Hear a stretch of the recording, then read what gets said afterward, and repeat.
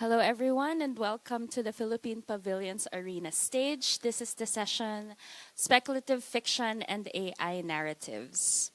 Dean Alfar and Yvette, Tan, known speculative fictionists who imagined a highly technological future, now come face to face with it and explore how to critically and responsibly navigate the use of AI in creative work.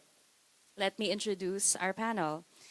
Dean is an author, playwright, and advocate of speculative fiction. His books include the novel Salamanca, The Kite of Stars and Other Stories, How to Traverse Terra Incognita, A Field Guide to the Roads of Manila and Other Stories, Stars in Jars, and Moon Sun Stars Selected Stories.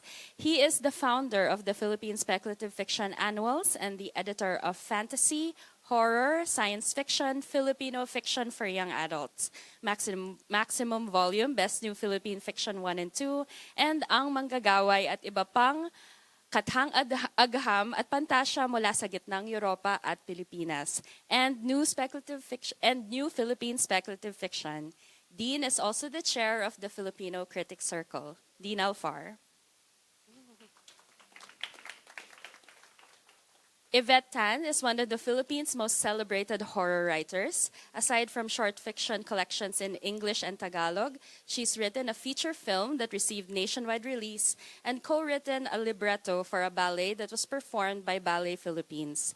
She was the official scribe of the Manila Biennale in 2018, and her story was the companion piece to the artwork that adorned the Philippine Pavilion in the 2021 Frankfurt Book Fair. She was a creative consultant for a Filipino game inspired by the country's mythical creatures, and the collection Sikihor and Other Stories was nominated for the 41st National Book Awards. Her works have been translated into Spanish, Czech, Hungarian, and French. Yvette Tan. So Yvette will speak first. Hello, everyone. Good afternoon. Thank you for being here.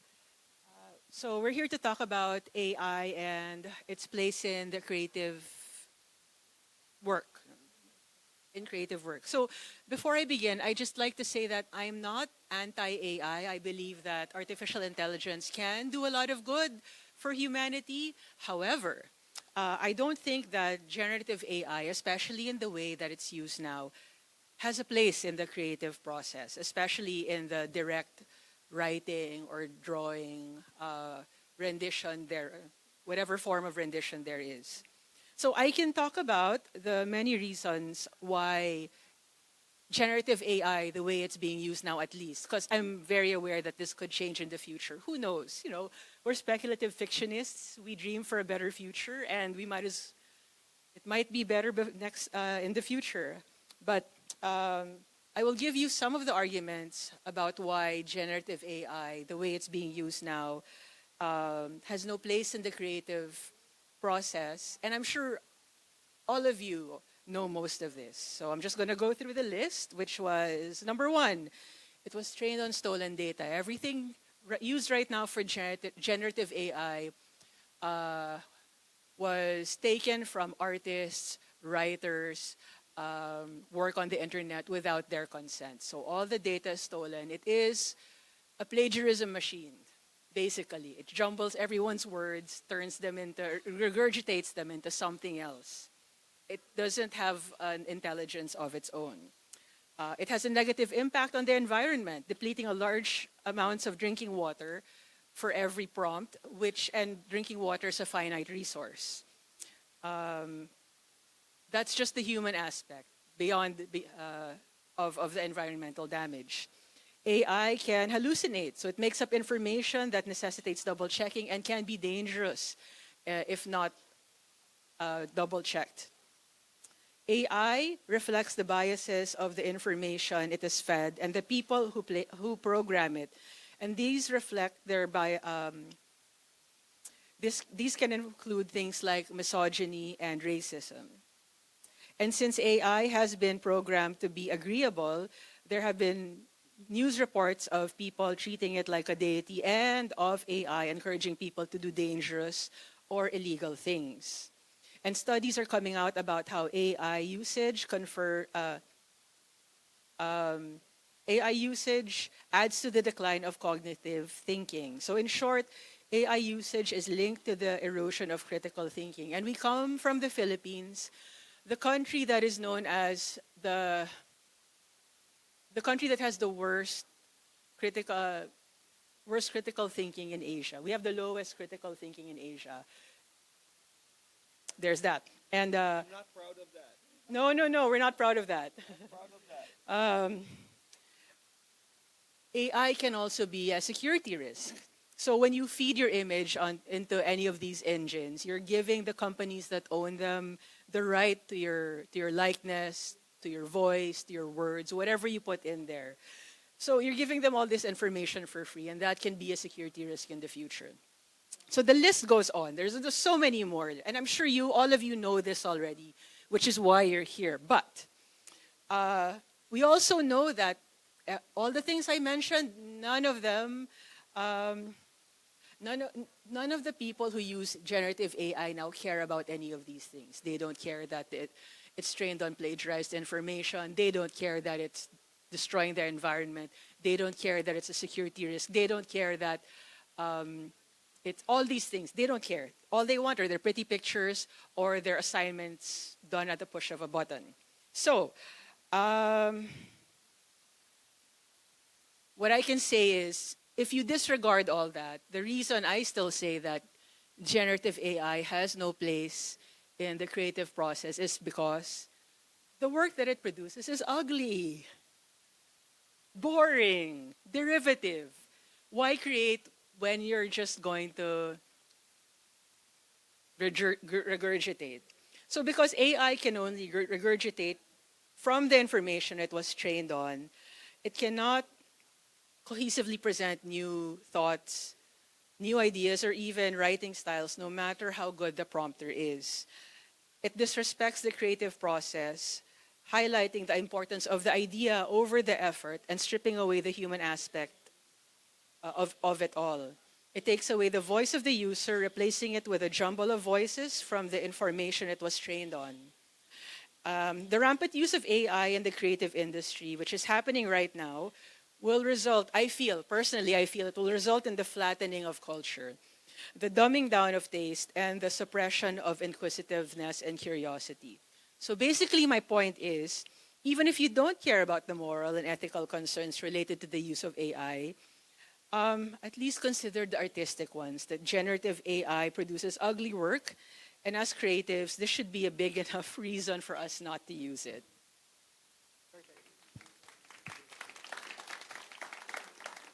Have you ever been invited to, hello, can you hear me? Have you ever been invited to a panel where the person before you just said everything? Which leaves you with, oh, crap. Okay, let's go. Oh, is this better? Yes, okay. So I was just saying that Yvette Tan, my colleague here, has said all of the most important, the salient points. So I will just have to echo certain things. But let's situate things first. Yvette, myself, and Mina here were all storytellers. So this must be the context that we frame this discussion with. So in the context of storytelling, where is the place of generative AI? When it's already being positioned as value neutral. So people are saying, don't say it's bad. You also can't say it's super good. It's neutral. So like a gun, it's whether you shoot it or not, right? By itself, it's value neutral. But is it? Yvette has already spoken about the resource drain and all of the other cons there. So let's take a look at what are these generative AI tools, right? So we have ChatGPT. By the way, I am not going to use my slides anymore. Okay, thank you. So, because of you. Okay, so, we did not. Okay, so, ChatGPT is a tool. And if you are clever enough and sophisticated enough in your ability to write a prompt, then you can ask AI to generate things for you. So generative AI is defined as something that helps the prompt writer generate writing, uh, images, music, or video. So it's basically content. So if, and at this point, we need to divide the world. Okay, we need to put the creative writing, literary side here, and then everything else here. So let's talk about everything else here first. AI is great for everything else here. It really helps with things like outlining, structuring, putting things together, writing quick bits of copy, certain routinary tasks, being able to organize and adjust. Uh, Given the fact, though, that you need to be careful because AI can hallucinate, it all depends on what the LLM was modeled on or where it learned from and all that. But generally speaking, as a tool, it does help. And we're not even talking yet about this, the industries like science and medicine, where generative AI is truly helpful. Okay, so for me, there is no argument there. I get prickly when we go to this side, where it is the creative writing aspect. Because as an editor and as a writer, as an author, as a playwright, I value originality and authenticity. I take pride in the fact that I am the person who originated this idea. With generative AI, you can prompt AI to give you anything from an idea prompt to start your story. You can say, give me 3 sentences to help me start a story set in such and such with a horse or whatever it is. And just like that, AI can give you that prompt. You can say, give me 5 more, give me 10 more, write me the first paragraph. Or, as I experimented, write me a complete short story in the manner of Dean Francis Alfar. Press the button, moments later, it's there. It's in my voice. It's chilling, but it is not good. I told AI I can write better. But the scary thing is, AI would say eventually, I can learn. And I will write better because now I see you, you just tell me. So there is that. The very human core of expression, originality, authenticity is something that artificial intelligence at this point in time cannot give you. Now, this is the ironic thing. The writers here, we create fiction, which means that we are able to use our imagination to look forward. In 100 years, I don't think there'll even be a conversation about is AI A, B, or C. If we simply fast forward, it's simply there and people would have adjusted and the circumstances would be different, right? But we are here. And when we write our fiction, it is a reflection of our fears, our anxieties, and our concerns. Now, let's take a step back. Take a look at all the science fiction that has been written about AI from this day going backwards. What percentage of that is AI is great and helps us? What's your guess? It's a very small percentage, right? Yes, there are some utopian fictions, but generally it's dystopian. There's the singularity, the Terminator comes, okay, humanity is enslaved. We realize we're all in the matrix or in tubes and, in pods. It is always the fear, even from Frankenstein, okay, going forward, that technology, if left what's the word, the proper word here, unchallenged or uncontrolled, will lead somehow to ruin and destruction. Why? Because we writers are the town criers. We are the ones who say, oh my gosh, things can go horribly, horribly wrong. They don't necessarily do. But it is our function to imagine scenarios. It is our function as writers to be able to express these deep-seated anxieties that regular people aren't able to. We do it on their behalf. And sometimes they're entertaining. Sometimes they're horrifying. But we always write with some degree of hope because hope is important. So when we position how we write about technology, even if we write in the horror genre, we believe that there is a possibility that it will all be good. But what makes a better story? A scary story. A story with conflict. Can you imagine an anthology of short stories about AI and all 20 stories are happy, AI is great? Who would read that? You would rather have, oh no, something goes wrong, right? So this is not to say that there is no value in these exercises. For as long as there are writers of speculative fiction, of science fiction, fantasy, and horror, there will be imaginations unleashed. But, to go back, if we begin to rely on generative AI as writers, we have to grapple with the ethics of that. And it is not something that we will be able to do away with. We have to be aware because from the practical level alone, if you use generative AI and you just take what is spewed out, that cannot be copyrighted. It can't, so far. Yeah, but things can change, right? So at this moment, it cannot be copyrighted. And you need to declare that to your publisher because the publisher has to know that it cannot be copyrighted. So the implication there is that whatever you generate with artificial intelligence is not original because it cannot be copyrighted, right? And then it begs the question, what exactly did the large language learning model, what have you learned from? What did it train on? It trained on millions and millions of short stories, novels, and creative works that were taken without permission. Okay? Or images or pictures or creative works by artists. And it would be great, quote unquote, if that were all. But the fact of the matter is, it's not just that. It's not just the great works.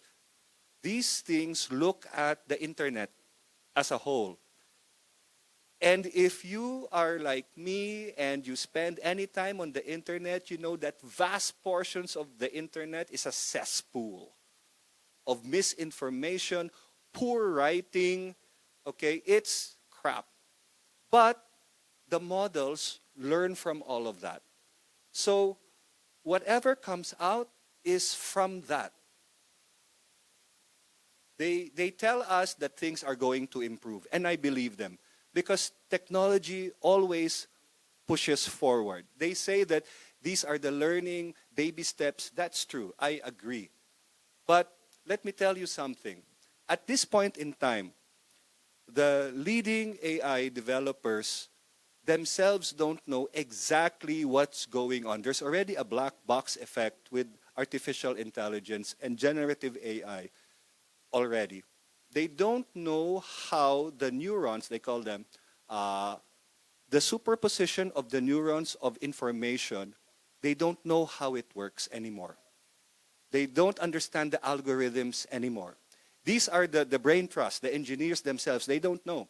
And in fact, there's already a new field of study called mechanistic interpretability, okay, that is being facilitated to study how AI makes connections, how it goes from input to output, because in the middle, nobody knows. So, for horror and sci-fi writers, this is fantastic.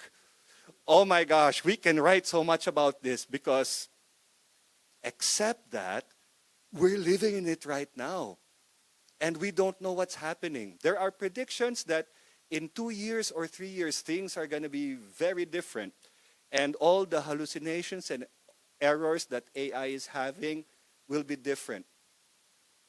So let's step back again. Where does that leave us creative writers? If AI is going to keep improving, The question becomes, who benefits, what sort of writer benefits from using AI? The less creative writers. Because you need ideas, AI can generate that for you. You need help with your novel structuring or character dialogue, boom, AI will help you. And it will improve. But what is the cost of that? It's your authenticity. It's your humanity. It's your ability to create original thought. It's your beautiful flaws.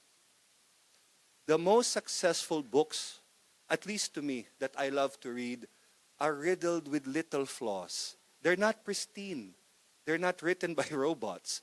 They're written by living people with experiences, regardless of genre. And there is a certain power to truth-telling that you can tell when you read it because it moves you. Am I saying that AI cannot do that eventually? I'm sure 100 years from now, this conversation is ridiculous.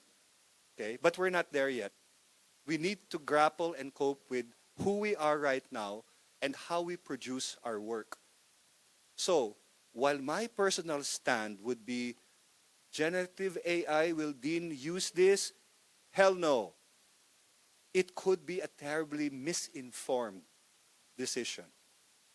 I can be sincere, but sincerely wrong. But this is what makes sense for me now as a creative. I want to avoid it because I want to hold on to what makes my work unique. There have been studies that have shown, for example, there was a study. Some writers were asked to write microfiction, 3 groups. So it's controlled. One had no AI. One was allowed to access ChatGPT for 1 prompt. And the last group, they could have ChatGPT for up to 5 prompts. They have to write microfiction. Microfiction is very, very short fiction. So it's just a few lines. It could be as simple as what was the example? There was a Hemingway, baby shoes for sale, never worn. Could be like that. Oh, that's beautiful, right? Strikes you. So, and they were given time under controlled circumstances. In the end, everybody, majority of the people who could access AI did because they had access to it. And in general, the people who used AI had better written stories, to my horror. To my horror, I'm sorry, okay? But it's true. The people who did not, they were just like normal, it was just like normal fiction. But this is the interesting thing that I'll end with. I've spoken too long, I'm so sorry. They have to drag me off the stage, okay? It's like this. The insight that the study produced was this. In terms of originality and uniqueness, all the AI prompted or helped by AI stories sounded the same. Even if the authors who used the prompts tweaked them, they sounded the same. The people who did not, they had more variety.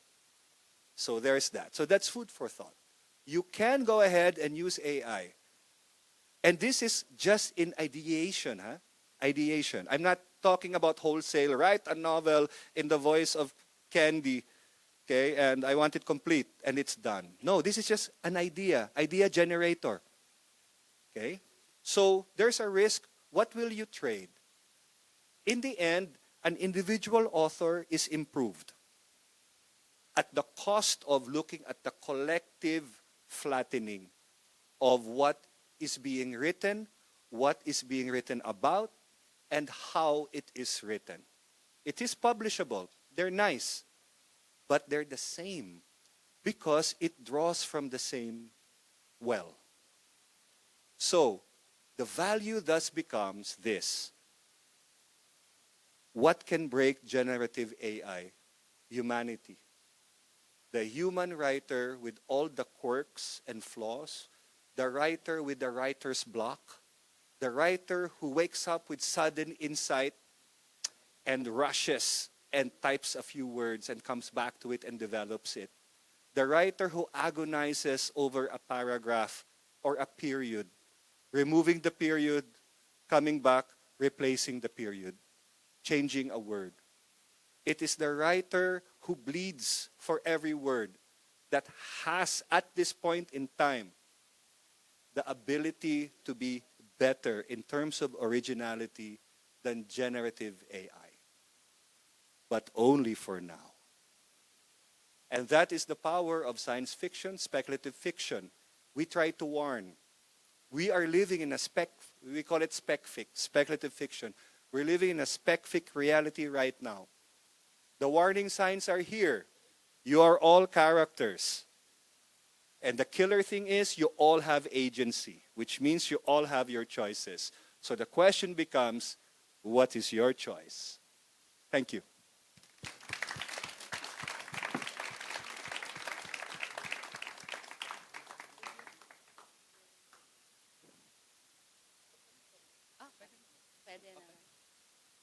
So, do we have questions from the audience? Yes. For Yvette. Oh, you asked us what is our choice. What is your choice? Your choice. Have you been trying it out? What have you found? Have you tried it in fiction? Have you tested it? Okay. So, as sort of a leader in the genre in my country, a lot of the young writers ask me about this because I mentor a lot of writers, as if I could tell them what to do or not do. So, of course, I tested it.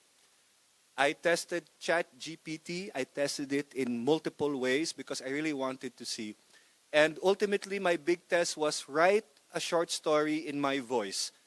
And I didn't give it any other prompt. I don't know how to write prompts well. I'm not a prompt engineer at this point. And it produced a story that featured a girl with a clockwork heart, and she was looking for the piece that only her father, the creator of her, had. And I'm like, damn you. That is a scenario I would have written. Because it was trained on my manner, my style, as well as all the magic realist style. So it knew enough to do that. But the way it was rendered, it was pretty rocky. But it had a good core. And if I were less ethical or in a different mood, I would have taken that and rewritten it. Because there's enough. So that's the scary thing. Young writers may be of the mindset already that this is okay. And here we are sitting judgment on them at this point in time. But again, I challenge you, 100 years from now, it could be a different scenario. So this is the now. And at this point in time, I'm judgmental. So I tell the young writers, instead of doing that, use it as a tool to help you. Maybe like with your grammar, or even then it becomes a slippery slope. For example, I have a novel in progress, and I tested ChatGPT.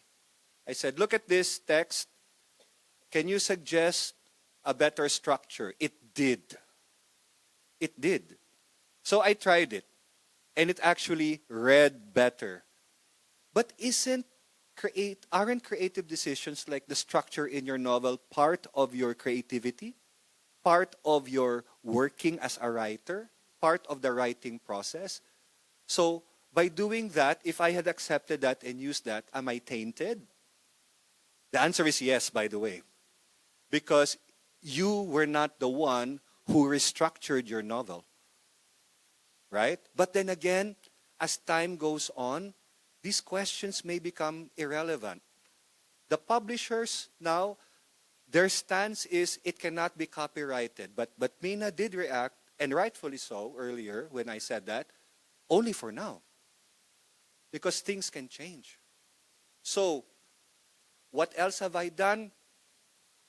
I've asked it to abstract. I've asked it to create wholesale characters. I asked it to create backstories for characters with a little prompt. It's absurd the level of detail it can do. So one of my other projects was to create like a magic academy.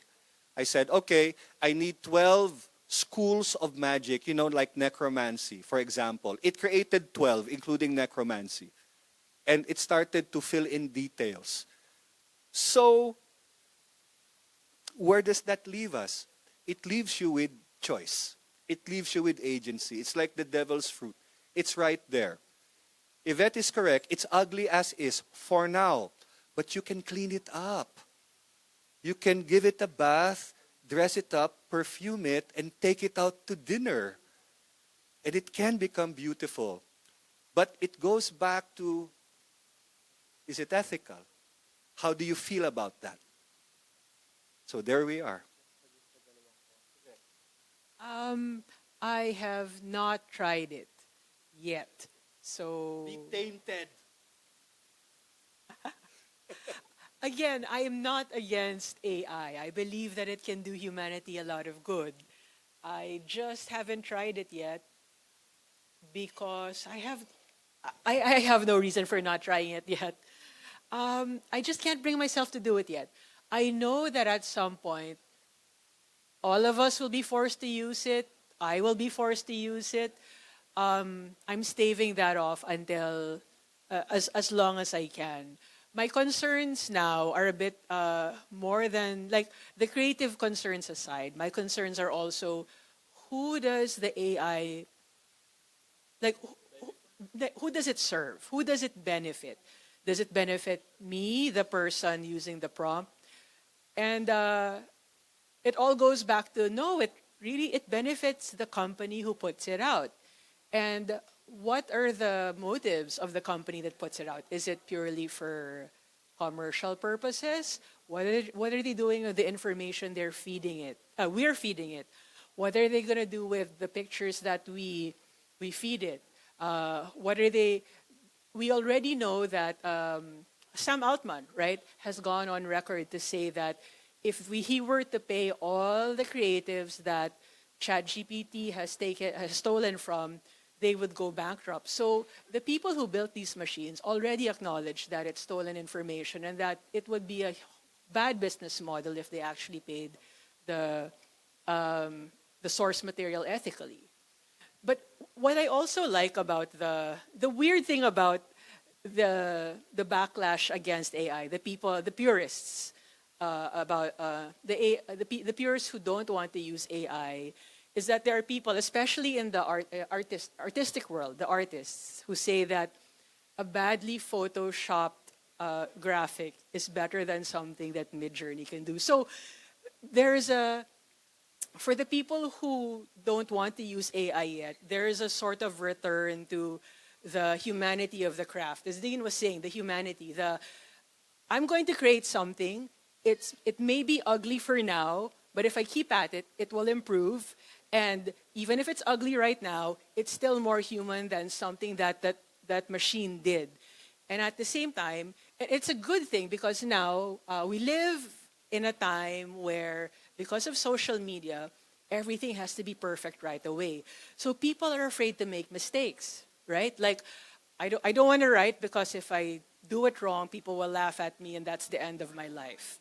Or I don't want to draw because if I put it out there and it's not perfect, people are going to laugh at me because I'm not a good artist. A lot of young people are scared to do things because number one, they feel that everything should be on social media, and number two, they feel that once it's on social media, everything has to be perfect. But with AI, with people, what's the word? With people not wanting to use AI, there's been an acceptance of the imperfection, of the starting out, of the making mistakes. So that's what I embrace right now. So me, like I'm starting to draw again. It's not online, but it's given me the freedom to be like, oh, okay, I know I'm not good right now, but I'll get better. It's fine. And that I feel is what the backlash, the good part of the AI backlash has given us. Just to add the scary thing to what Yvette just said, that's also what AI is doing right now. I'm not so good right now. I'm making errors. It's ugly, but I'm learning, and I'm learning fast. I'm learning fast. Yes, yes, that may be the case. And as I said in the beginning of my introduction, and as you mentioned as well, uh, this could all be a good thing. We don't know, right? We don't know. And AI is learning and it's learning fast and it's super intelligent, but it's also learning from the internet. Exactly. And right now, there's a study that said that there are more AI generated articles on the internet right now versus human written because it's so fast to write, right? But that just means it's cannibalizing itself. So it's learning fast. It may or may not be better than us, as good or better than us. But what is it learning from? So we go back to the whole who's benefiting from it. What are the programmers like? What's the mindset of the programmers? What are their biases? And that'll keep feeding into AI no matter how good it gets. Sorry, may I just contribute something? So, so Dean acknowledged that I am a storyteller. My name is Mina. I'm a romance author, and I teach romance writing. So I would just like to add, because I saw how interested you were in their position on AI and creativity, and how students would use it or new writers would use it. My experience as a romance author teaching other romance authors is that it's very interesting to me when a young writer asks, can I use AI for this submission? And I'm like, if you use it and I have to check it, why do you need a human to validate your work? So that's like the thing that maybe they need to think about, because they don't need me. They don't need, if they have decided to cut out the human from the creative process, why do they need me to tell them they're good? That's interesting to me. I don't know the answer, but that's interesting to me. The other thing is, if they created it without thinking about it, because they want to make money out of it, why do they care if people buy it? There are bots that you can purchase to buy or do page reads on your work and read. It's unethical, and the retailers don't want you to do that. But you can put out a work without a human and not have, and it's read by non-humans. So why does it matter to them that humans still read it and like it? So that's something that they should think about. And maybe if you care, like, and Dean and Yvette are in a position to review and read younger writers. If you want Dean to like your work, if you want Yvette to love your work, why would you give them something that you did not make? Then if they love it, then it's not you. They don't love you. So yeah, that's something that I've encountered that I want to contribute. The other thing is, as a romance author, who also like acquires books, I think the mistake of the writer who wants to use this is they think they want to get into my head what is it that she likes so that it will be accepted. And the truth is, I respond to the material. Romance especially, like I have seen submissions where I talk about something I like and I see a submission that is exactly the keywords of what I said I liked in public, but of course, it doesn't work because it didn't come from you, the person. It's not your joy. It's not your kilig. It's not your kilig in romance. It's not why you wrote it. And that's fascinating. So when you said we have agency, I think the reader has agency. More so.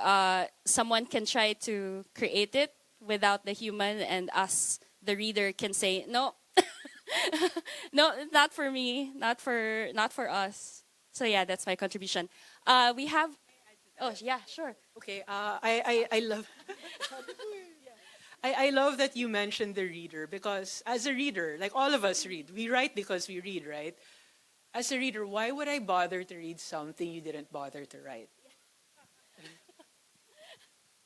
Yes. Well, I just want to add before the next question and I've needed as an editor who publishes 2 to 4 anthologies a year with calls for submissions internationally. I've had to add in our guidelines. I took a hard stance already. No AI. Of course, I can be fooled. But so far, when I do encounter AI generated text, there's this weirdness, this uncanny valleyness to it. And you know that there's something off about it. But AI is also learning because a very well written text came to me. I loved it. It was AI generated, so it's happening already. Uh, I, I, I, I went to a page, and then you're able to ask it to look for telltale signs and use of certain words or how things are phrased and punctuation like M dashes and things like that. Not everybody uses M dashes. Only 3 people use M dashes here. Your AI, your work is AI. I'm calling you out, Candy Gourlay. No. So it's possible already. So we're at that point where in the course of learning, because no clever person who will submit for an anthology will just write a prompt, tell ChatGPT do this, and then take that raw. They will clean it up, right? And if you clean it up enough, it's possible that it's passable and actually emotive. And I just hope that I don't fall for it, because I'd hate to be in a position to have published somebody in my anthology and it's AI, because it's like, oh, I'm going to kill myself now. So Dean actually supports it. Oh my God, yes, yes. So I'm in that terrible scenario. Go. Next question.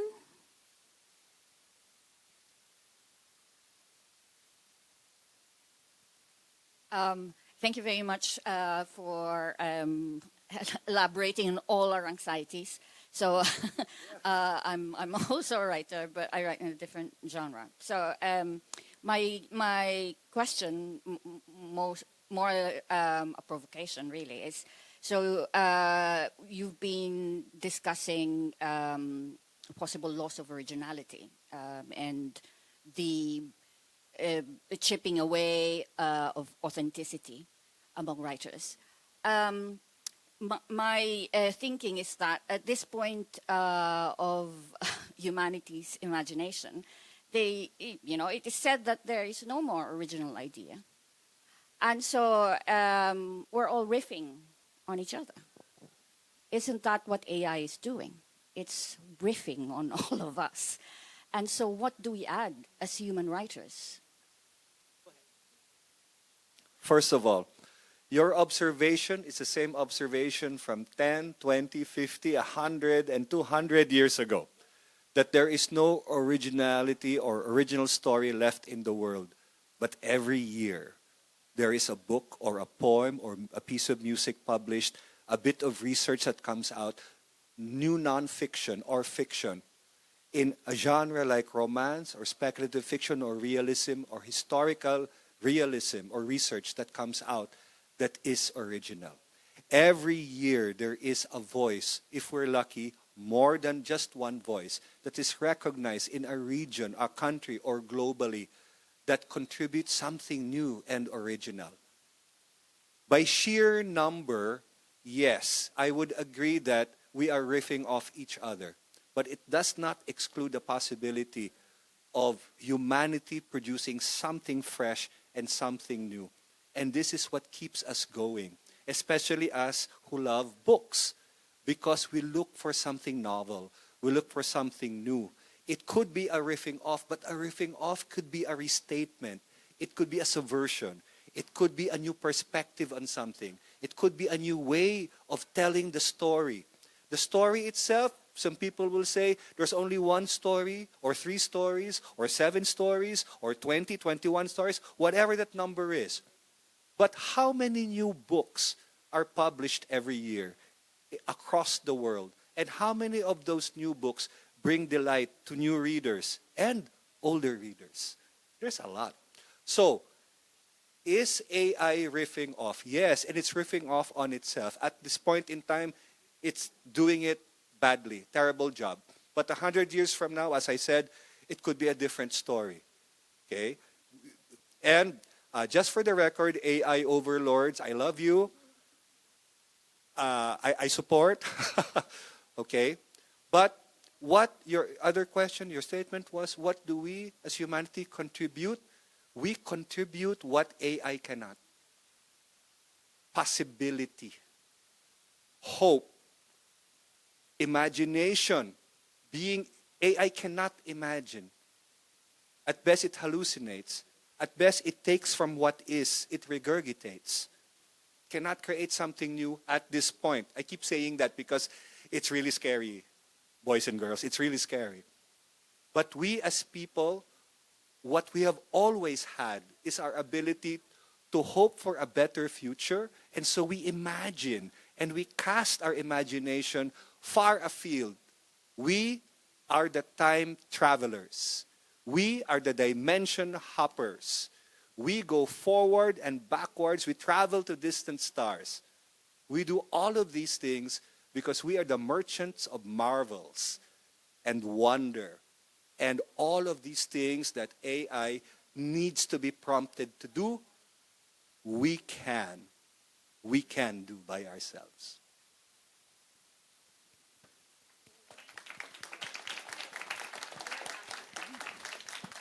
So I just like to add to what Dean said. So all of that, said everything already. I just like to add that, yes, maybe it's been said for so long that there is nothing original anymore. Everything that has been said has been said. But also, I don't like. While it's true that all the stories we tell may revolve around certain themes, and maybe these themes have been mapped out in several books. Like, if I'm not mistaken, there are 7 core plot lines that most stories revolve around, and that's been mapped out. But for every person born, you, me, like every human is a storyteller. We experience life through stories. We relate to each other through stories. We relate to the world through stories. Stories are what gets us up in the morning. It's what makes us choose what we want to choose. We devour stories. And the stories that we tell ourselves, the stories that other people tell us, the stories that we read, the stories that we watch, the stories that we see in art, stories that looking at things, all these things, the emotions that we feel doing all these things, they're never the same for any one person. So in that sense, I think that maybe, sure, we go along the same thing, the same themes, but we are continually adding to the originality that can be put out there, because you are the only person who can live your life. You are the only person who can tell the story that you want to tell.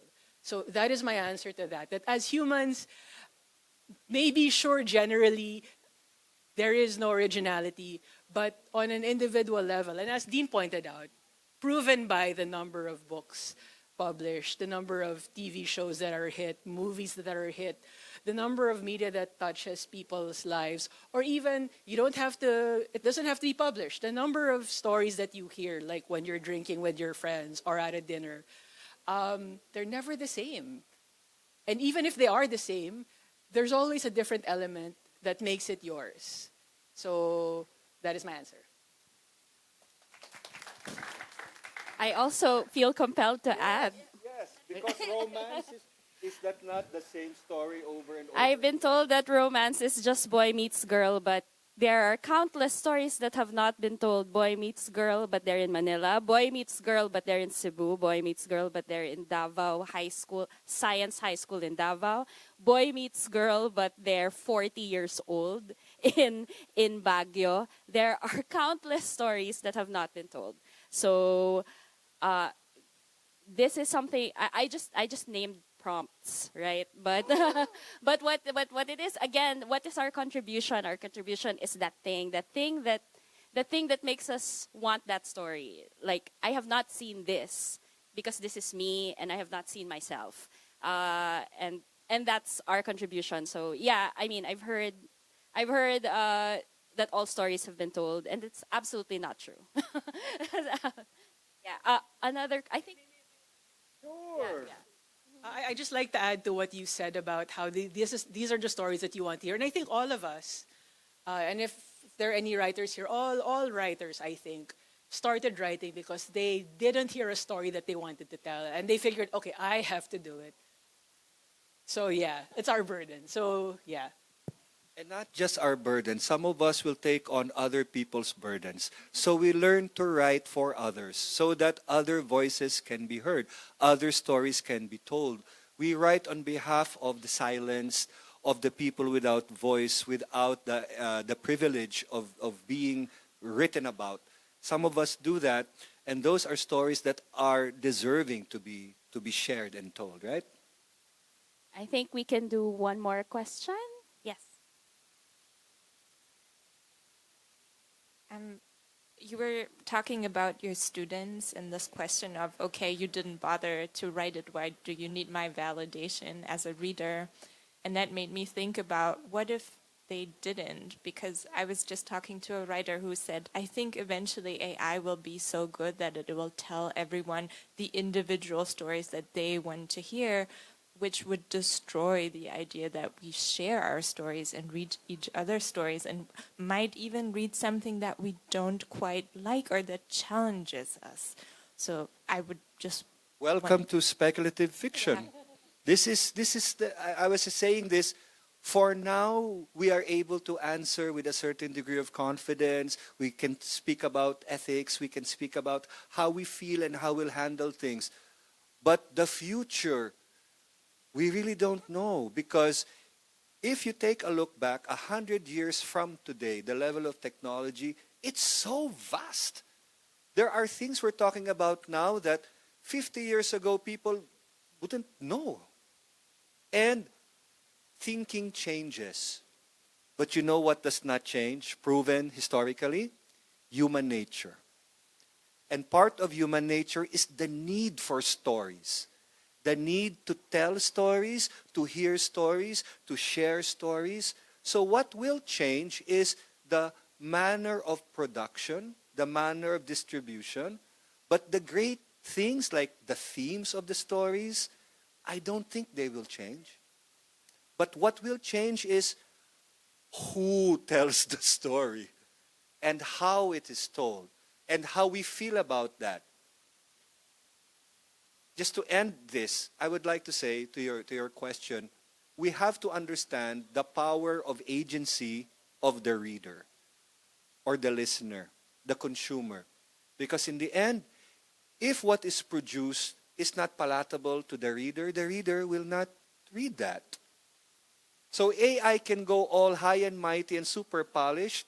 If it does not resonate with the market or the reader will say, no thanks. No thanks. I don't like this music. I don't like this mid-journey art. I don't like this video that you put out. And I don't like this book that is too polished, too perfect, too cold. I want something with a little warmth, a little flaw. I want something that speaks to me. So that's where we are. So my worry about that, so that the future that you described is completely possible. But my worry about that is, what does that say about humanity at that point, where everybody would rather, at the push of a button, find something that they will only accept what appeals to them. And it's kind of happening now, right? Even without AI, even before generative AI was made public, we already have our internet silos, and we can already see that that's not a good thing for humanity. It's not a place where you can grow as a person. So my worry isn't even about the creative aspect of it. My worry is more about so what happens to society when You'll only listen to the things that make you happy. You only want to hear the things that you agree with. That's a horror. More horrible for me. It's a horror I'm very scared of. More scary than any monster. So that is my worry. The implications of that. So when AI gets so good that you don't have to you skip the grieving process. Your father dies. You can just input his likeness, his voice, and you can talk to him every night. What does that mean for what does that mean for the grieving process, for the humanity? What does that mean for humans and society? That is what scares me, and I don't know the answer to that.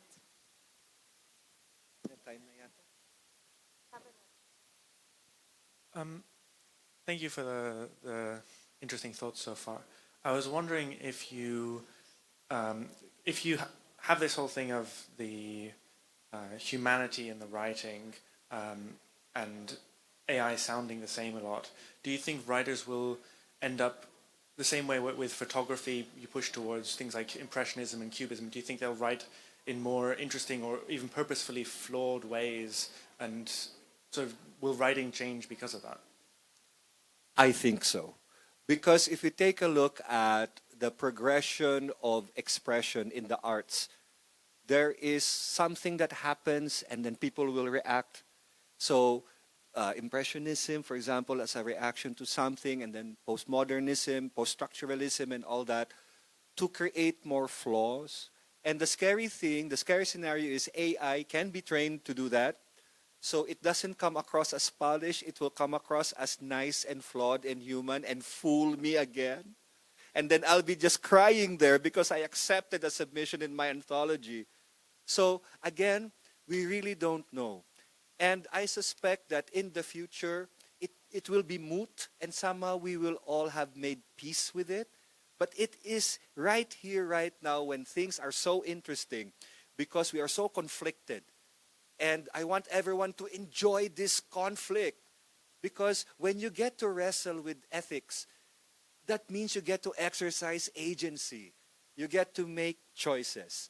And that, to me, is what power and the ability to choose means. Yeah? Okay, short answer. Okay, so in relation to the question you asked, a question that I get asked a lot is, what is the difference between time's up? Sorry, time's up. Okay. Okay, time's up. Okay, so time's up. Thank you so much for participating in this session. Speculative Fiction and AI Narratives. We had Dean Francis Alfar and Yvette Tan, and you were at the Philippine Pavilion's Arena stage. Thank you very much.